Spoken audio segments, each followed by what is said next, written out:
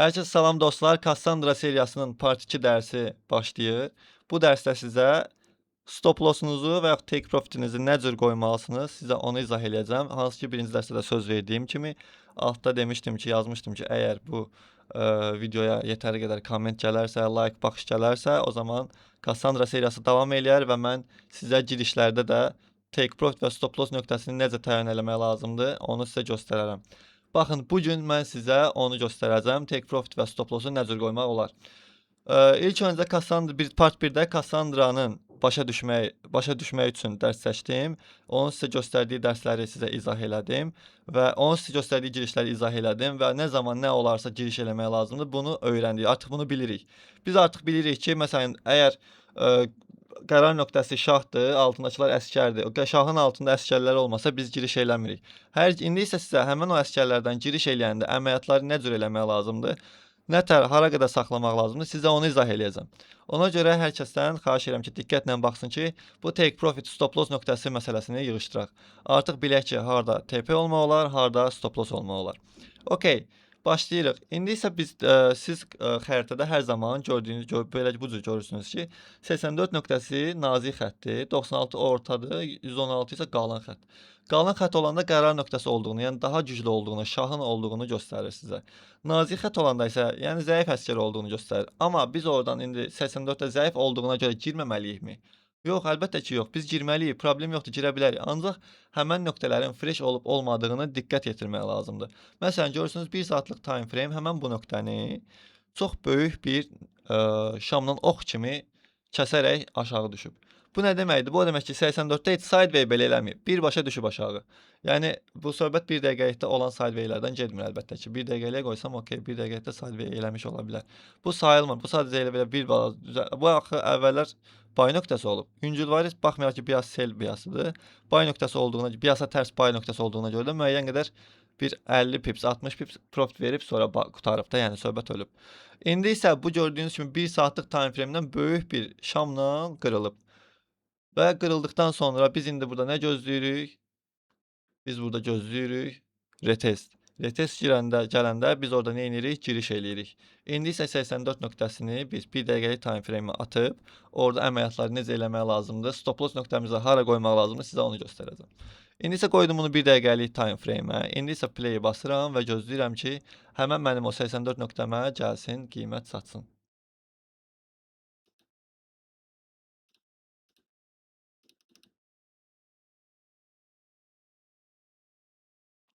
Gözləyirik. Qiymət 84-də hələ gəlməyib. Heç bir giriş eləmək olmaz. Bəzən sual verirsiniz ki, müəllim, əgər bilirsənsə ki, qiymət gəlib bu 84-də, 96-ya, 116-ya çatacaqsa, bizə niyə indidən bay elətdirmirsən ki, elə buradan 50-dir də qiymət, 84-ə qədər 340 pips eləyir. Elə oradan tutaq da. Olmaz. Bias əgər seldirsə, qrafikin tərsinə işləmək olmaz. Əgər, okey, sən tutaq ki, bilirsənsə ki, qiymət bura qalxacaq. Bəlkə elə onda amma biasa da tərs gedirik. Biasa tərs bay eləmək istəyirsən. Bəlkə bu qiymət axır əvvəl bura gedib çatacaq da, onu da bilirik. Bəlkə elə onda bu qiymət gəlib elə buradan qalxacaq. Və yaxud da gələcək elə buradan qalxacaq.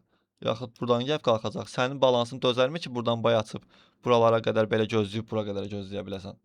Yox, heç birinizin balansı çatmaz. Nəinki sizin, heç bankların belə balansı çatmaz. Əgər elə olsaydı, elə hamı bütün dəstəklərdən bay eləyərdi. Belə olmaz. Biasa birinci təyin eləyirik yönümüzü. Trendimiz nədir? Trendimiz sell trendidir və biz də nə eləyə bilərik? Ancaq sell eləyə bilərik. Bay eləmək qəti qadağandır. Əgər sən bay eləyirsənsə, qaydanı pozmuş sayırsan, stop oladığında özünə əsəbləşməlisən ki, sən qaydanı pozdun deyə stop oldun. Qaydanı pozmuruq. Əgər qiymət qərar nöqtəsinin altındadırsa, deməli hələ də qiymət sell trendindədir. Bias selldir. Biz qətiyyən bay eləyə bilmərik. Biz ancaq gözləməliyik ki, bu nöqtələrə gəlsin. Bəlkə elə dediyim kimi də aşağılara gəlib oradan qalxacaq. Ona görə gözləyirik ki, bizdən nə gedir? Gözləmək. Sadəcə gözləməkdir ki, bu nöqtəyə gələndə biz oradan sell eləyək. Bəli, atırıq burada 1 dəqiqəlik time frame-ə. 1 dəqiqəlik time frame atandan sonra gözləyirik ki, qiymətimiz gəlsin, çatsın 84-ə və biz oradan giriş eləyək. 84-ə gələndə girişləri nə cür eləmək lazımdır, onu da sizə izah eləyəcəm. Baxın, burada indi gəldi 68-dən düşdü deyə, ay da 84-də çatmadan düşdü deyib heyfslənmək lazım deyil. Bu düşsə belə axır əvvəl qalxır təzədən. Yenə də bizim o nöqtəmizi görəcək və biz də oradan giriş eləyəcəyik. Bu nöqtələr sizə nəyi göstərir dostlar? Bu nöqtələr sizə bankların girişini göstərir. Kassandranı mən elə ayarlamışam ki, gördüyünüz kimi hansı nöqtəyə dəyirsə oradan reaksiya verir. Bu qrafikə də reaksiya elətdirmək sizin mənim kimi treyderlərin işi deyil. Sadəcə bankların böyük təsirləri olanda böyük təsir, yəni düşüş olur və böyük qalxış olur. Ona görə də mən sizə bunu elə ayarlamışam ki, siz birbaşa snayper nöqtələri bilirsiniz ki, banklar hardan giriş eləyəcək. Biz niyə bilmədiyimiz ortalardan giriş eləyib ziyan eləməliyik? Ondan sonra gözləyək, böyük həcmli oyunçular gələndə biz də onlara qoşulub onlarla bir yerdə satış eləyərik, qazanc eləyərik. İndi isə gördüyünüz kimi qiymət hələ ki 74-dədir. Yavaş-yavaş bunun azaldıq sürətini ki, çatdıra bilək. Gəlir, məsələn, 84-ə çatanda bizim artıq hekayəmiz başlayacaq. Okay, gəldi dəydi 84-ə. Baxın, hal-hazırda qiymət 84-də, 85-dədir. Bizim də girişimiz 84-də idi. Biz giriş eləmişdikmi? Yox. Nəyə görə? Çünki 84-də dəyəndən sonra hər hansısa bir qırmızı şam açmadı. Qırmızı şam açmadısa biz oyunda yoxuq. Növbəti şama baxırıq, bir dənəsinə. Baxırıq, qırmızı şam gəldi. Biz buradan artıq bir dənə selimizi atırıq. Bu bizim birinci selimizdir. Okay. İndi biz burada gözləyirik. Bizim artıq 83-dən ilk qırmızı şamdan bir dənə əməliyyatımız var. Biz artıq bilirik ki, bizim burada bir girişimiz var 84-cüsünə. Çünki orada artıq bir dənə rejection yarandı artıq. Rejection var burada. Bu nədir? Rejection. Okay. Bu rejection'dır. Gördük ki, buradan əməliyyat açdıq. Bu qırmızı şam gəldi. Biz buradan birinci girişimizi elədik. Ola bilərmi bu aldadıcı olsun? Ola bilər. Ona görə nə edirik? 83-ün altından giriş eləmirik. Bir dənə buradan giriş eləyirik, bəs eləyir bizə. Ondan sonra biz baxırıq hələ ki 5 dəqiqəlik time frame-ə. Baxın 5 dəqiqəlik time frame-də hələ ki qırmızı şam gəlməyib ki, biz onun üstünə stop loss təyin eləyək. Ona görə hələ ki gözləyirik. Birinci girişimiz var. Əgər düşsə nə əla, qalxarsa da ki, hələ ki yavaş-yavaş giriş eləyirik də, yəni yüklənmirik. Bizim indi yüklənəcəyimiz yeri də sizə izah edəcəm. Stop olacağımız yeri də sizə deyəcəm. Bu bir girişdən heç kim balans partladası deyil. Bu bizim ikinci qırmızımızdır. Biz artıq 136 dollar xeyrdəyik, okey, amma yenə də əməliyyat açmırıq. Təzədən qiymət həmişəki təzədən qayıtdı həmən yerə. İndi baxırıq 5 dəqiqəlik time frame-ə. Hələ də yoxdur. Hələ də 5 dəqiqəlik time frame qurtarmayıb, çünki 3 dənə 4 dənə şam var burada hələ ki. Burada baxırıq. Bir dənə də baxaq görək 5 dəqiqəlik time frame-ə. Biz hələ ki giriş eləmişik bir dənə. Yəni hal-hazırda yüklənməmişik. Baxırıq. Hoppa, qiymət düşdü. İndi isə 5 dəqiqəlik time frame-ə baxırıq.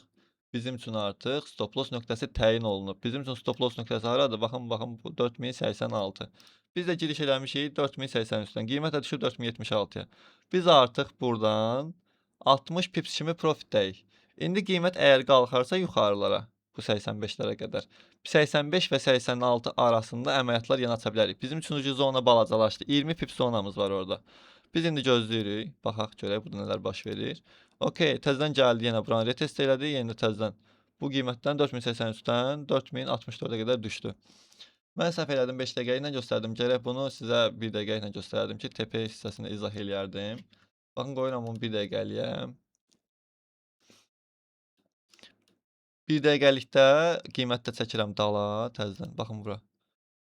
Baxın, bizim üçün burada birinci giriş buraydı da. Bu birinci qırmızı şam idi. Sonra gəlir oranı təzə yenə retest eləyir. Retest eləyəndə biz yenə də giriş eləmədik. Çünki orada qırmızı şam yoxdur. Amma ondan sonraki qırmızı şam lap belə sürətli gəldiyinə görə biz orada giriş eləyə bilmədik. 1 dəqiqənin içində bu belə bir hadisə baş verdi. Bizim üçün indi burada açdığımız əməliyyatın tepe nöqtəsi haraydı? Baxın, 4084-də açdığımız əməliyyatın tepe nöqtəsi digər roadblock idi. Birinci gəlin sizə roadblocklar haqqında danışaq. Roadblock nədir? Hər bir SNR forum bir roadblock sayılır. Məsələn, direnç nətər idi? Yaşıldan sonra qırmızı gəlirdi. Qırmızıdan sonra da yaşıl gəlsə dəstək sayılır. Deməli o nədir? Roadblockdur. Baxın. Biz əgər seldəyiksə bizim roadblocklarımız hara olacaq? Birinci roadblockumuz 4072. İkinci roadblockumuz 4068. Digər roadblockumuz 4066. Əgər 72-ni qırarsa 68-ə qədər gedər. 68-i qırarsa 66-ya qədər gedər. Biz indi onların hər birini bu qayda ilə indi idarə eləməliyik. Bizim açdığımız burada əməliyyat var idi. O necə itdi bilmirəm. Dala çəkə əməliyyatımız orada təzədən qoyaq. Niyəsə itmişdi bayaq. İndi baxın bir dənə buraxıram. Düşür aşağıya. Bizim üçün roadblock haradır? Baxın, birinci roadblock buradır 72. 84-də açsağımız əməliyyat 72-yə qədər düşə bilər. Bir dənə də buraxıram, düşür görək hara gedə gələcək. Okay, baxın, deməli birinci roadblockumuza qədər gəldi. 84-dən açdığımız əməliyyat gəldi, düz bizim 72-mizə toxundu. Yəni biz artıq burada neçə dənə əməliyyatımız var isə yarısını bağlayıb, yarısını break-even qoya bilərdik. İndi isə gözləyirik. İndi isə gözləyirik. Bizim stop lossumuz bayaq burada 5 dəqiqəliyin üstündə idi. Bu roadbloku görməyənə qədər. İndi bizim bu roadblokumuzu görüb də, birincinin təpə olub da, ona görə biz bu stop lossu nə edirik? Məsələn, müəyyən qədərini bağlamışıq deyə, stop lossumuzu qabağa çəkirik. Qoyuruq bunun qabağına. Əgər 5 dəqiqəlik time frame varsa burada, 5 dəqiqə time frame'də müəyyən bir şey yoxdur, yəni direnç yoxdur. Amma biz yenə də məsələn buradakı stop lossumuzu qoyuruq bunun altına. Biz artıq nə oldu? Break-even'dayıq. 100 pips tutmuşuq, gəlib bu aşağıdakı təpəmizi görüb 72-də. İndi bizim üçün ikinci təpə haradır? 68. Biz indi gözləyirik ki, qiymət gəlsin 68-ə dəysin. Okay, 68-ə dəyməyə bilər. Dəyməyə bilər, hələ ki dəymir. Gəlib bizi break-even də eləyə bilər ki, hələ ki eləmədi.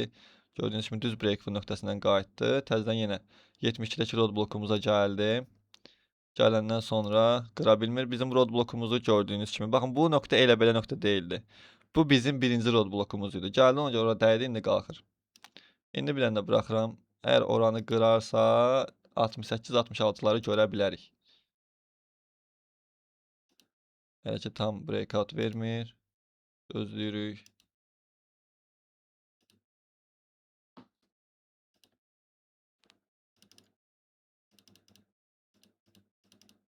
Hoppa, gəldi gördüyünüz kimi 68-i də gördü. Yəni nə oldu burada? Biz TP1 də olduq, TP2 də olduq.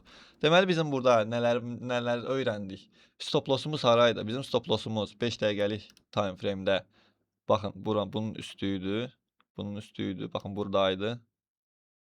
4086-da. Özümüz 84-dən girmişik, amma 86-dan 20 pips yuxarı stop loss qoymuşuq. Nəyə görə? Çünki rejection oradan aldı. Gəldi, yəni oradan geri qayıtdı.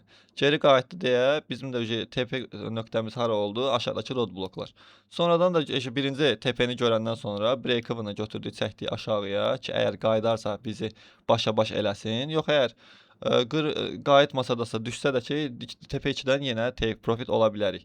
Yəni burada indi əməliyyatı mən bilmirəm yarısını necə bağlayırlar. Yarısını var burada bağlayacaqdınız 72-də. Yarısını da 68-də bağlayacaqdınız. Əgər yenə də əməliyyatınız açıq olmuş olsaydı, bir dənə hansı əlavə hansısa açıq, o zaman onu da 66-ya qədər gözləyə bilərsiniz. 66 da əgər qırılarsa, o zaman aşağıdakı roadbloku gözləyə bilərsiniz. Bu qaydada bu cür gözləyə bilərsiniz. İndi baxın, buraxaq görək nələr baş verəcək. Aha, gəldi 66-da da bizi TP elədi, TP3-ü də gördü. Nəticədə biz nə qədər qazandıq? 84-dən 66-ya qədər. Hardasa 20 pips, 200 pipsə yaxın profit elətdirdi. Əgər sən artıq burada yetəri qədər profit götürmüsənsə, break-even'ı da unutmusansa, burax getsin də, bəlkə elə oranda qırıb gedəcək. Hoppa, baxın bu qaydada. Gördüyünüz kimi nə oldu? Bizim stop loss nöqtəmiz cəmi 20 pips yuxarıda oldu, amma take profitimiz görün 55-ə qədər düşdü. Amma biz garantilədik qazancımızı harda? 72-də, 68-də, 66-da. Bundan sonrası bizə maraqlı olmadı. Hara qədər gedər getsin. Bu bizim birinci setupımız idi. Okay. Buraxırıq getsin.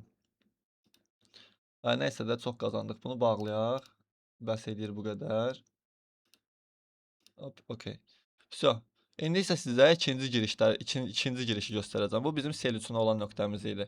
İndi isə mən sizə ikinci bir giriş tapıb take profit və stop loss nöqtəsini necə təyin etmək lazımdır. Tamamilə sıfırdan bir vəziyyət qurub elə göstərəcəm. Bir setup qurub. Çünki bu setup sell üçün idi. Mən indi sizə bunu göstərəcəm buy üçün. Əgər bir dənə bunu deməyi unutmayım. Əgər bu 5 dəqiqəlik time frame'də, əgər baxın burada gördüm, bu 84 mənim verdiyim nöqtələr ən azı 100 pips profit verir.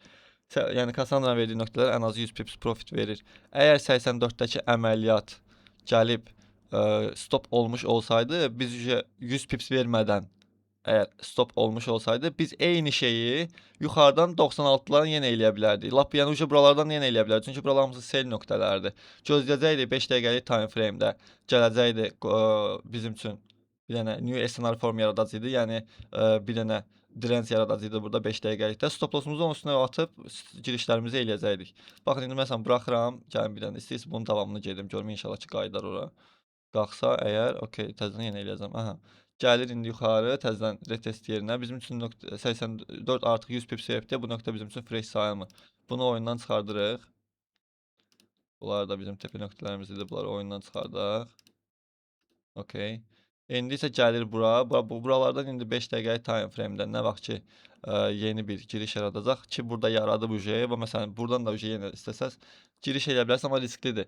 Düzdür, bu 86-ın qalığı olan bir giriş olacaq. Yəni təhlükəlidir. Buna girməyin adı yoxdur. Sizin üçün uje new, yəni yeni bir giriş lazımdır. Fresh olan, hansı ki 96 və 116-dır.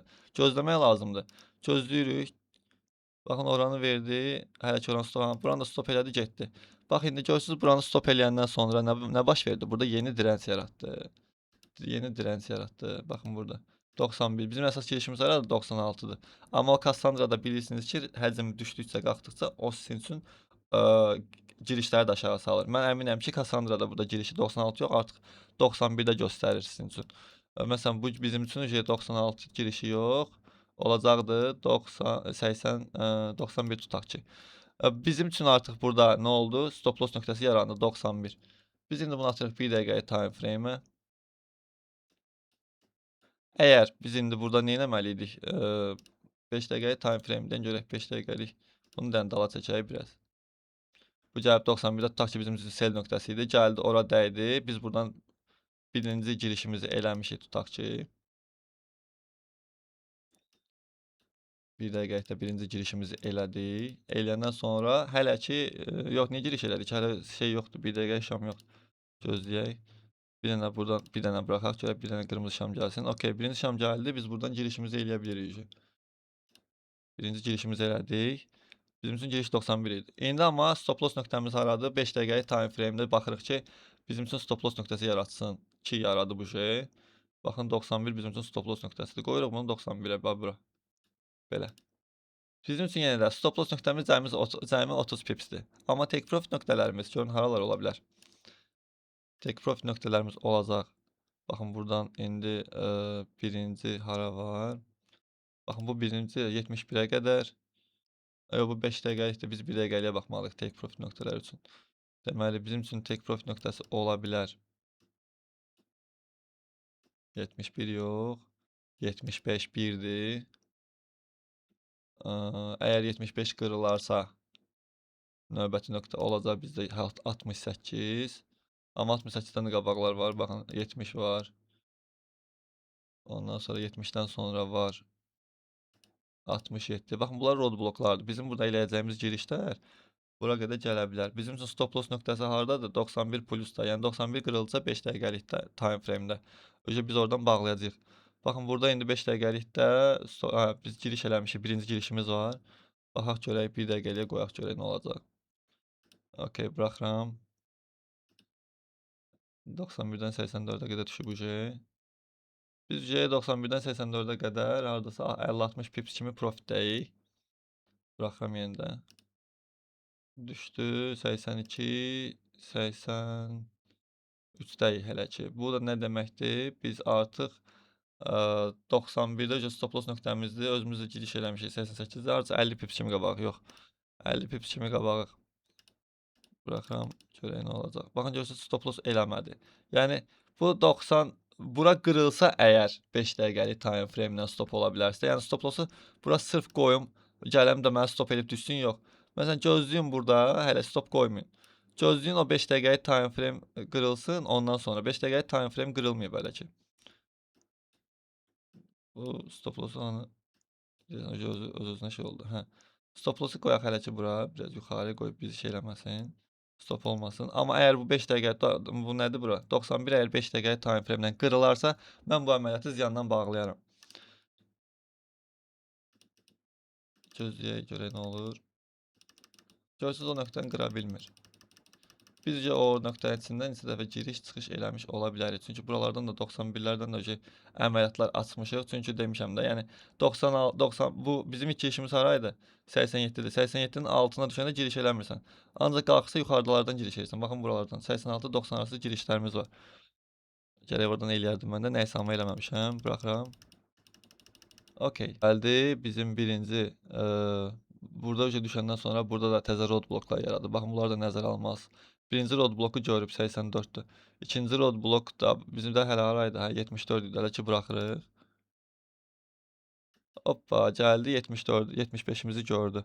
Baxın görürsünüz ora dəyən kimi qalxdı. Biz burada nə etməliydik? Buradakı açdığımız əməliyyatların yarısını burada 76'da tepe olacaqdıq, yarısını isə break-even qoyacaqdıq. Uca gələndə bura yenə buranı qırmasa, biz biri var ki burada 20 pips bağlayasan ziyandan. Bir də var ki burada sən neçə pips götürmüsən? 88'dən düşüb də bu.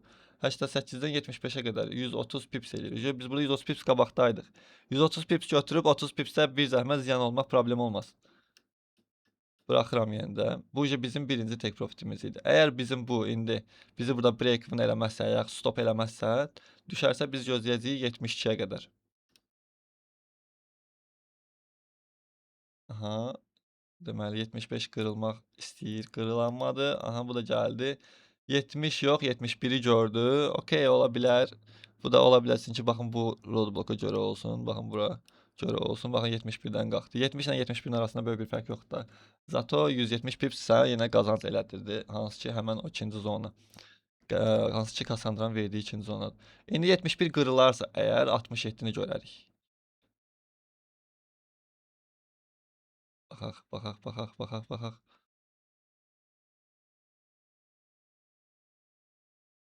Ataq 10x ürəyimiz sıxıldı.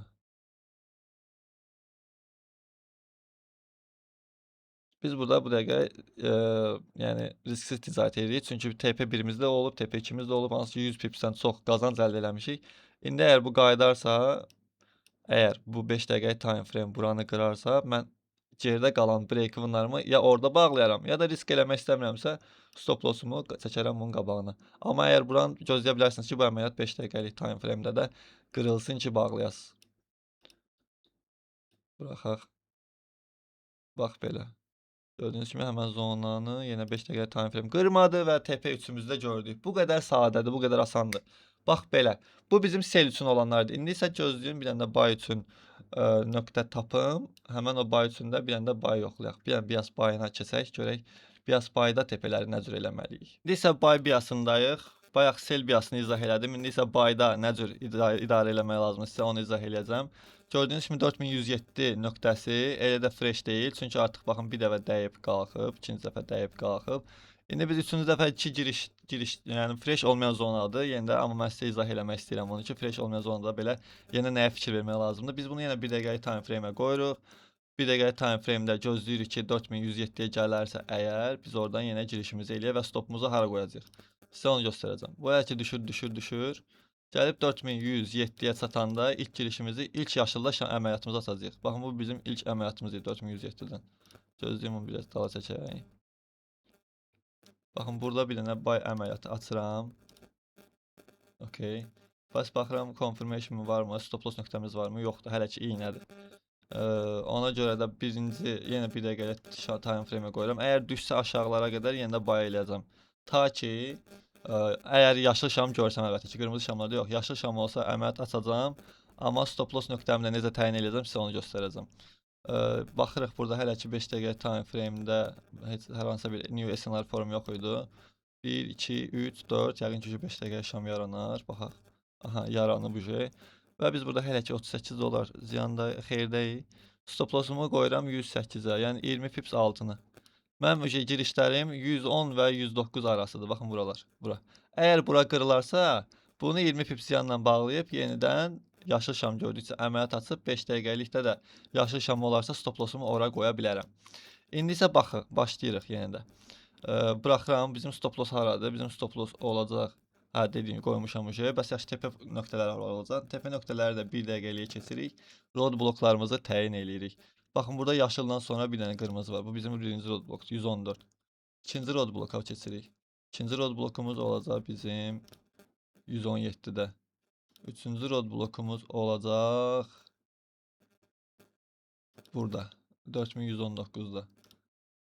Dördüncü isə olacaq ən yaxını budur. Bu da deməli 4122. Deməli bizim burada 110'da açdığımız girişimizin tepeləri 114, 117, 119, 122'dir. Yox, əgər 107'yə gələrsə bağlayıb yenidən giriş gözləyəcəm. Yox, əgər qalxmağa da davam eləyərsə, açdığım əməliyyatın, məsələn, birini 114'də, birini 117'də, birini 119'da, birini 122'də bağlayacağam. Belə. İndi isə buraxıram qalxsın yavaş-yavaş. Baxın, bu birinci tepemizdir. 114'də uje birinci tepe oldum. 70 pips qabağıq. Uje mən burada stop lossumu, yəni əməliyyatımı bağlamışamsa əgər bir qədərini, uje birinci stop lossumu hara qoyuram? Bunun girişinə. Belə. Sonra buraxıram bunu. Həmən o girişimdəki əməliyyatımı break-even eləmədi. Təzədən yenə qalxdı ikinci tepəyə. Bırakıram geçsin. Hoppa, bütün tepeləri gördü. 110'dan 122'ye kadar qalxdı. Yəni harca 120 pips. Mənim artıq demək olar bütün roadblocklarım qırılmış kimidir. Bir dənə 122'dən gəldi reaksiya. Ya burada gəldi, yox. Bu biri roadblock var, hansı ki budur. Baxın, buradan 124'dən geri reaksiya aldı. İndi amma bunların hər biri də bizim üçün, bu sell eləyən adamlar üçün roadblockdur. Əgər bu 119, 117, 114 qırılmazsa, geri saxladığım həmən o bir əməliyyatı axıra qədər saxlamağa davam edərəm. Gəldi, deməli 117-ni qıramadı. 117-dəki roadblockuma dəydi, təzədən yuxarı qalxmağa davam edər. Qalxdı. Hop, bir dənə 124 də qırılsa axıra qədər saxlayaram.